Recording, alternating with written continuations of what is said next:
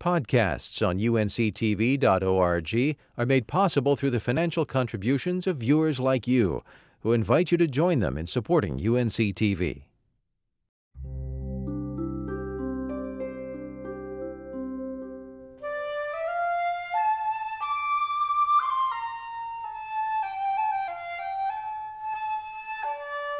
It's amazing how some things change and yet remain the same.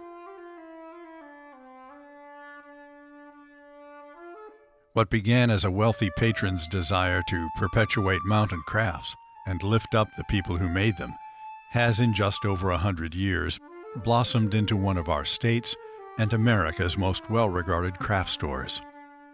Here in Asheville's Grovewood Gallery, you'll find work for sale by more than 450 carefully chosen artists, including some in residence, just as their predecessors did in these buildings beginning more than 100 years ago. During the late 1890s, on the doorstep of a vigorous new century, Edith Vanderbilt, wife of George Washington Vanderbilt, the progressive son of New York industrialist Cornelius Vanderbilt, decided to help the youth of a village that had been established just outside the gates of their expansive Biltmore Estate.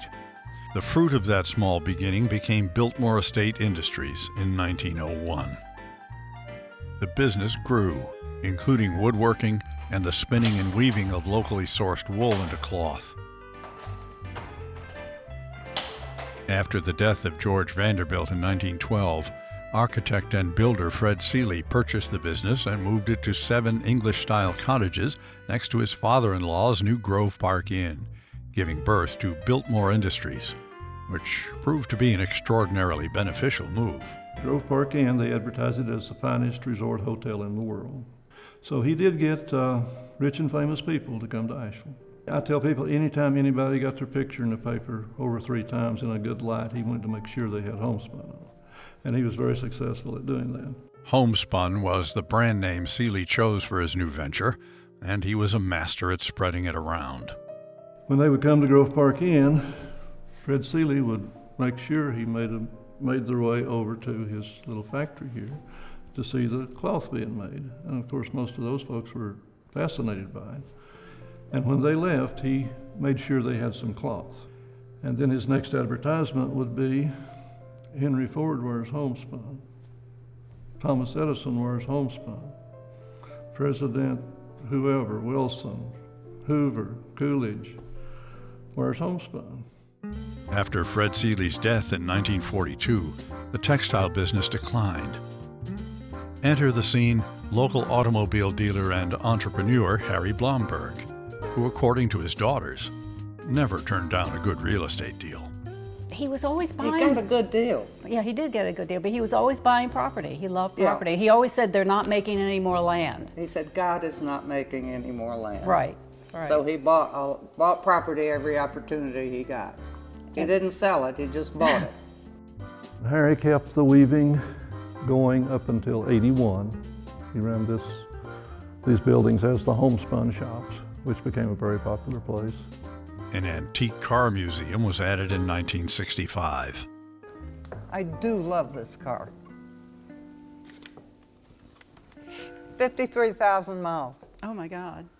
Harry Blomberg passed away in 1991, so his 2 daughters, Marilyn and Babs, and Marilyn's husband, Buddy Patton, were left with the businesses to run. So they started renovating, eventually changing the name of their business to Grovewood Gallery, and began renting spaces to artists. And it's to the Patton's credit that they've kept it alive in the very space that got it started in the beginning. Chris spent his early years near Asheville and remembers seeing Harry Blomberg's business in operation.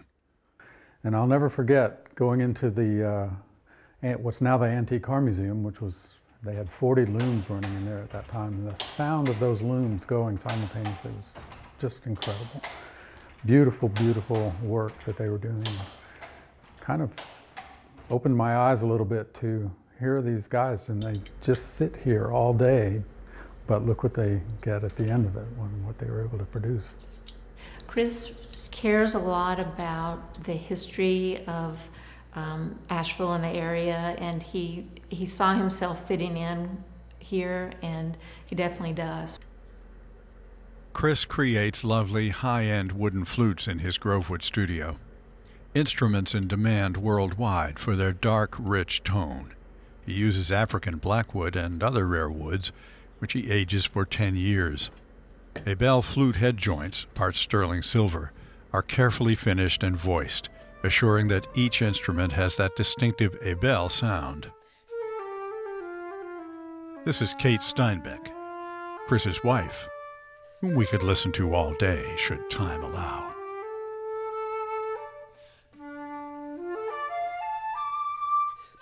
Carl Powell makes glass art, stunningly layered stained glass windows for both residences and public buildings, and laminated glass sculptures with striking bevels and intricate engraved patterns that seem to float inside the form and change their perspective depending on the angle from which you view them. I was very, very influenced by the constructivist painters like Paul Klee, Kandinsky. Marc Chagall was a big influence also. In fact, when I see a Kandinsky painting, I think of stained glass, and I always have since I've been around stained glass. Carl's work is very contemporary. He's come up on his own with several techniques to create his own style. And you know Carl Powell's work when you see it. It's very distinctive. It's been a great place to have a studio, beautiful setting. You get to bring your dog to work every day.